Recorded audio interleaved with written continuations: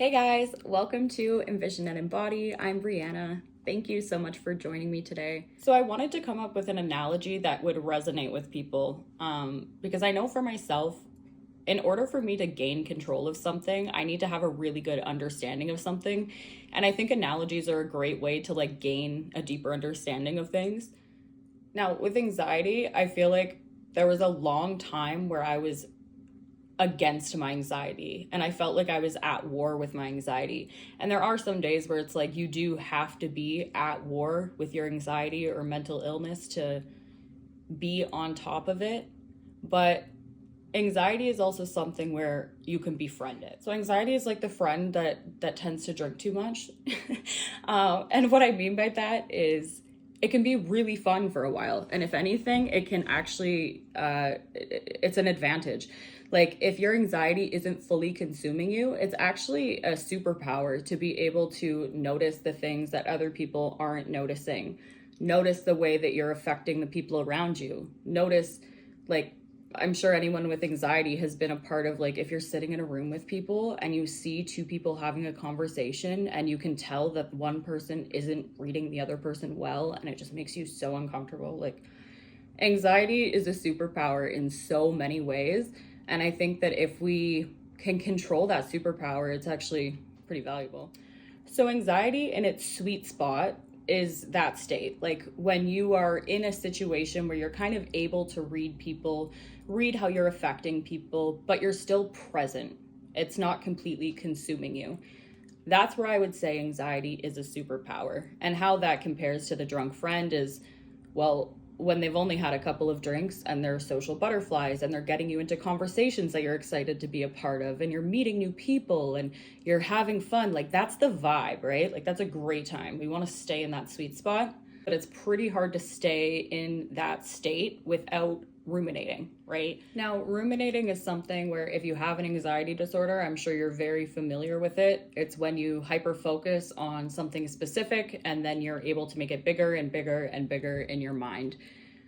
Ruminating is like the nemesis. If you have anxiety, ruminating is not something that you want to do. If you have depression, ruminating is not something that you want to do.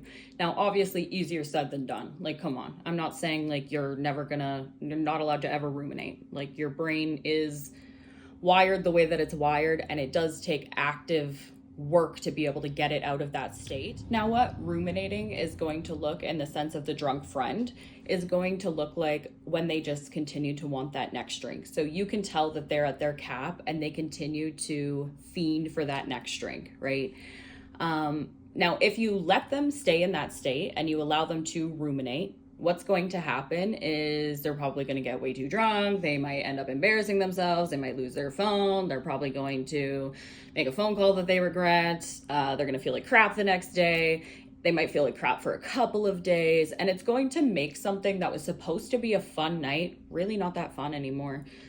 It's going to affect probably the next couple of days. It might be a weird vibe for a while. So that's the cost of ruminating in that sense. I would say it's a similar cost of allowing yourself to ruminate in any sense, right? A lot of times, I know for myself, things that weren't even real problems have taken days of my life, just sitting there and thinking about them. So, like, that's really the cost of ruminating is wasting your life. I don't mean to get all serious on you, but I'm really passionate about, like, actually getting on top of your mental health. Now, in order to get out of rumination, you're going to have to do that using action. I recommend using an action that is very present. So something that's using not just your body, but your body as well as your mind. Cooking is a great one. Listening to an audiobook while you're out for a walk. Maybe drawing a picture. Just something where you're using your body as well as your mind is going to help to bring you into the present. Now, in the analogy of the drunk friend, when we don't want them to ruminate, we can tell that they're at their cap and we don't want them to get that next drink that they're fiending for, we'll distract them with anything, right? So like, let's go talk to those guys over there. They look like a good time, or we haven't been to the bathroom in a while. Why don't we do that? So you're really just trying to redirect, right? And it's the same idea with your mind. Now, once you're in redirection or you're in that sweet spot of where you have your drunk friend distracted, I would say that it could go either way from here. You can either go back into rumination, so your friend can, see sight of the bar and want to drink again, or you can start to move into rationality, right? So for the drunk friend, maybe this is where it's time to cut the night off. This is where we go home so that things don't go completely south. And for your anxiety, this is where you're able to get your bearings. You're able to notice that those thoughts that you have were just thoughts that you had. You're able to be present in the moment. And I think this is an equation. This is essentially an equation, right? So ruminate, redirect, reality. That's what I want everyone to master with their anxiety. That's what I want to fully master with my anxiety. But I know, as I've thought through this analogy, it's foolproof, guys. It makes perfect sense, right? So I hope that helps someone today. I know it really genuinely helped me. I used to be the drunk friend too, just so you guys know. So that's why I'm super familiar with her. But thank you guys so much for watching. Yeah. Have a great rest of your day. Love you.